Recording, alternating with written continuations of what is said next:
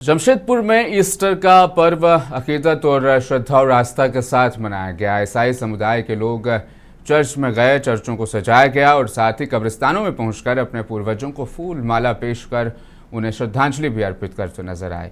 Easter के मौके पर सुबह से ही चर्चों और कब्रिस्तान में लोगों की भीड़ देखने को मिली। श्रद्धालु अपने परिजनों की कब्र पर पहुंचे, उन्हें याद किया और फूल चढ़ाकर उन्हें भी इस दिन में शामिल किया। ईसाई मान्यता के मुताबिक ईसा मसीह को गुड फ्राइडे के दिन सूली पर चढ़ाया गया था और 3 दिन बाद उनका पुनर्जीवन हुआ। इसी विश्वास के साथ ईस्टर को जीवन और पुनर्जन्म के प्रतीक के तौर पर मनाया जाता है। इस दिन लोग अपने दिवंगत परिजनों को याद करते हैं और उन्हें सम्मान देते हैं।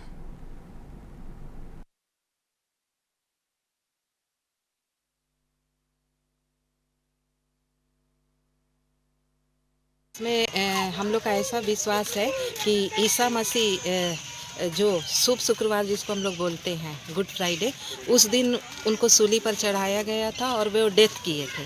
और हमारा ऐसा विश्वास है कि वो तीसरे दिन जी उठते हैं।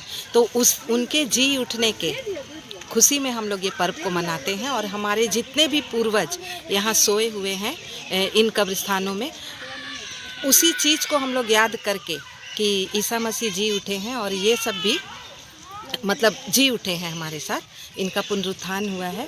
तो हम लोग आकर यहाँ जितना भी अपने अपने पूर्वज हैं उनको फूल चढ़ाते हैं, माला चढ़ाते हैं, अगरबत्ती चढ़ाते हैं।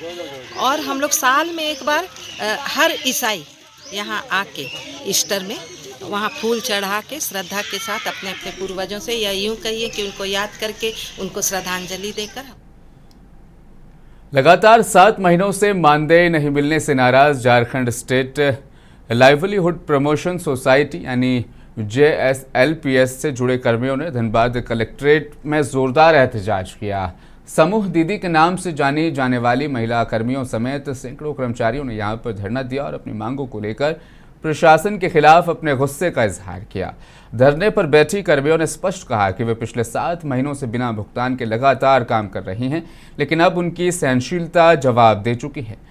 प्रदर्शनकारी महिलाओं का कहना है कि समय पर मानदेय नहीं मिलना उनका अधिकार है, लेकिन उन्हें बार बार सिर्फ आश्वासन ही दिया जा रहा है और मानदेय के नाम पर करनी काटी जा रही है। कर्मियों ने बताया कि जिले में करीब 700 कर्मचारी हैं और जिनको मानदेय मिलना चाहिए था लेकिन लंबे समय से बकाया है। उनका इल्ज़ाम है कि उनसे नियमित रूप से काम लिया जा रहा है, रजिस्टर जांच से लेकर विभिन्न योजनाओं के क्रियान्वयन तक, बावजूद इसके बदले उन्हें समय पर भुगतान नहीं किया जा रहा।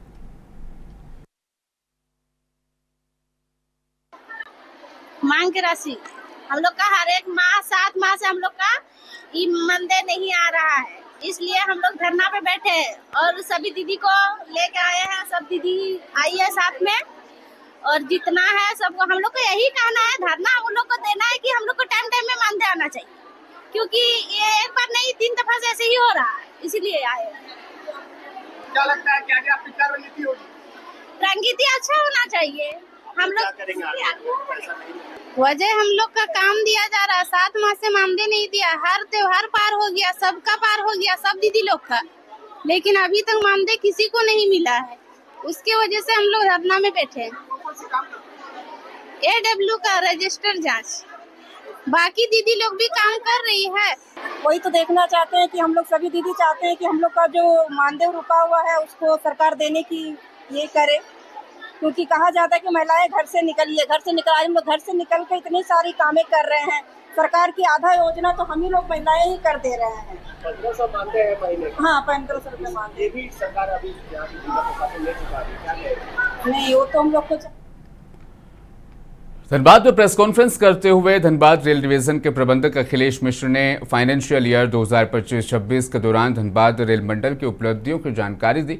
इस दौरान उन्होंने बताया कि माल ढुलाई में धनबाद रेल मंडल ने एक बार फिर देश में पहला स्थान हासिल किया है। हाईएस्ट लोडिंग करने का वो जो है वो एक तरह से बहुत बड़ा अचीवमेंट रहा है, क्योंकि better than last year loading है। और इस ईयर रेलवे ने भी जो है अपना लक्ष्य जो है जो पाया है अभी, वो भी बेटर देन लास्ट ईयर रहा है। तो परफॉर्मेंस वाइज तो बहुत अच्छा परफॉर्मेंस रहा है। जो हमारे पास हैंडीकैप पीरियड था वेदर के कारण, बारिश के कारण, जो काफी लंबा ड्यूरेशन हुआ इस बार लास्ट ईयर, उसके कारण से लोडिंग लॉस हुआ है, लेकिन वो लोडिंग लॉस ने कोई डाउनस्ट्रीम इम्पैक्ट नहीं दिया। जितना टारगेट जितना जरूरत था कोयला पहुंचाने का, आज अभी थोड़ी देर पहले डीवीसी की मीटिंग हो रही थी, तो उसमें भी जो निकल के आ रहा है कि ऑलमोस्ट हर प्लांट के ऊपर एक्सेस कोल पहुंचा हुआ है। तो ऐसा कोई वो लॉस पीरियड हुआ, उस समय क्राइसिस आई थी, लेकिन जैसे जैसे इंप्रूवमेंट हुए और वो लॉस पीरियड हम लोगों ने यूज करा अपने इंफ्रास्ट्रक्चर स्ट्रेंथन करने का। RLSS कमीशन हुए हैं हमारे, लास्ट ईयर 2 हुए हैं और अभी इस साल के 2 होने वाले हैं। उससे फायदा ये हुआ कि आपका ऑल वेदर लोडिंग का एक प्लान बन गया, तो उसका काफी बेनिफिट हमें मिला और आगे भी मिलता रहेगा। फाइनेंशियल ईयर में वो 194.73 मिलियन टन आया। तो ये जो फिगर है ये हमारे लास्ट ईयर के लोडिंग से करीब 0.8 मिलियन टन ज्यादा हुआ। लास्ट 24-25 का जो लोडिंग हुआ है 25-26 में 0.8 million tonne over the last best, वो भी हाईएस्ट फिगर था, उससे भी बेटर हुआ है in spite of a loading loss of almost 4 to 5 months जहां पर बारिश हुई। ये 31 मार्च से क्लोज हो गया। इनका फिगर है आपका, हमारा जो फ्रेट अर्निंग रहा है, this is only freight earning, it is 23,773.24 crore.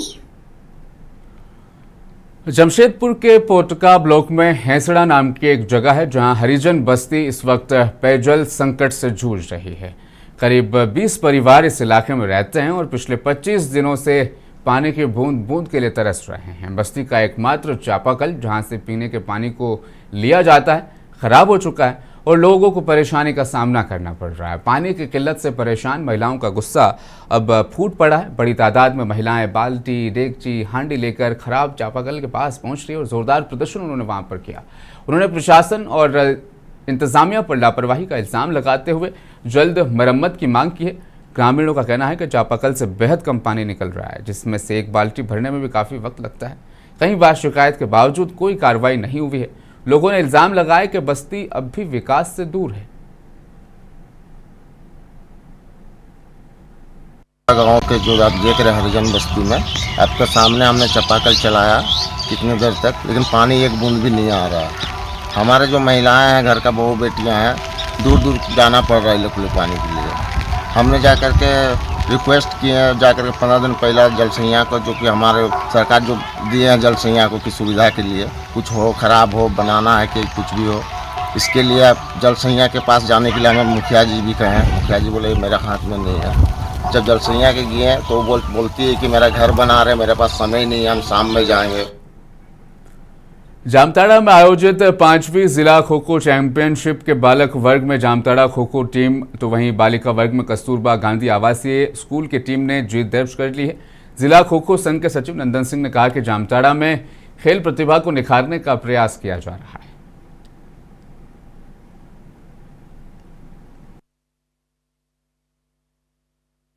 इस प्रतियोगिता में जामताड़ा जिला खो खो टीम और जवाहर नवोदय विद्यालय के बीच फाइनल मुकाबला खेला गया, जिसमें जामताड़ा जिला की टीम विजय रही और ट्रॉफी अपने नाम किया। वहीं बालिका वर्ग में कस्तूरबा विद्यालय और ज्ञान रेणु के बीच खेला गया, जिसमें कस्तूरबा विद्यालय के बच्चों ने अपना जोर दिखाते हुए ट्रॉफी अपने नाम किया।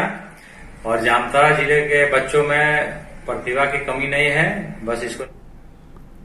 धनबाद जिले के पूर्वी टुंडी थाना के तहत फतेहपुर मोड़ पर आज एक खतरनाक सड़क हादसा हो गया। पोखरिया की तरफ से आ रहा बेकाबू तेज रफ्तार बालू लदा ट्रैक्टर सड़क किनारे एक दुकान में बैठे लोगों के ऊपर चढ़ गया। इस हादसे में 5 लोग जख्मी हुए, तो वहीं जो चश्मदीद हैं उनके मुताबिक ट्रैक्टर की रफ्तार काफ़ी ज़्यादा थी। चालक वाहन पर से नियंत्रण खो बैठा था और ट्रैक्टर सीधे दुकान में जा घुसा। टक्कर इतनी जोरदार थी कि दुकान में बैठे लोग मलबे और बालू के नीचे दब गए।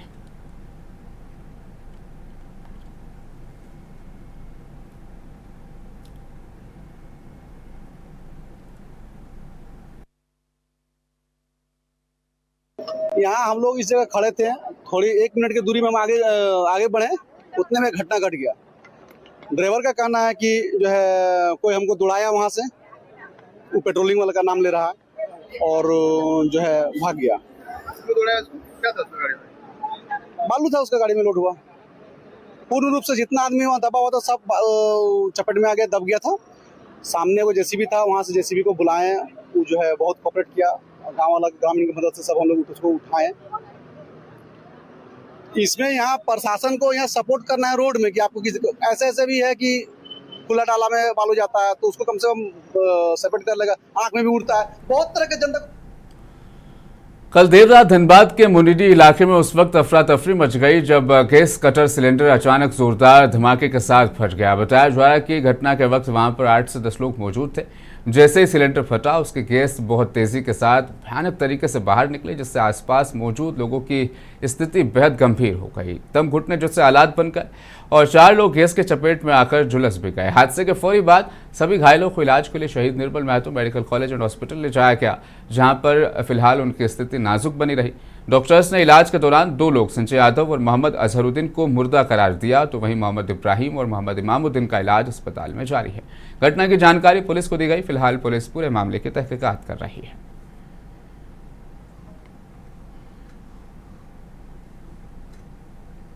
बात ऐसा है कि हमको 4 बजे भोर में मतलब 3 साढ़े 3 बजे भोर में फ़ोन आया। मतलब हम लोग कॉल करते रह गए तो कोई यहाँ हॉस्पिटल का आदमी उठाया जो कि बोला आपका बच्चा सीरियस है, आइए PMCH में। आप अजहरुद्दीन का पापा बोल रहे हैं? हम कहा हाँ, हम अजहरुद्दीन का पापा बोल रहे हैं। मतलब मेरा बच्ची मोबाइल उठाया तो हमको दिया और देने का बाद तो बोला आपका बच्चा PMCH में भर्ती है। तो हम के PMCH में कहाँ से भर्ती हो जाएगा मेरा बच्चा? तो हम समझा कि एक्सीडेंट वगैरह हुआ हुआ, काहे कि मोटरसाइकिल से गया है। क्या पता चला फिर? तो उसके बाद फिर बोला जल्दी आइए। तो बारिश हो रही थी हल्का फुल्का, तो हम लोग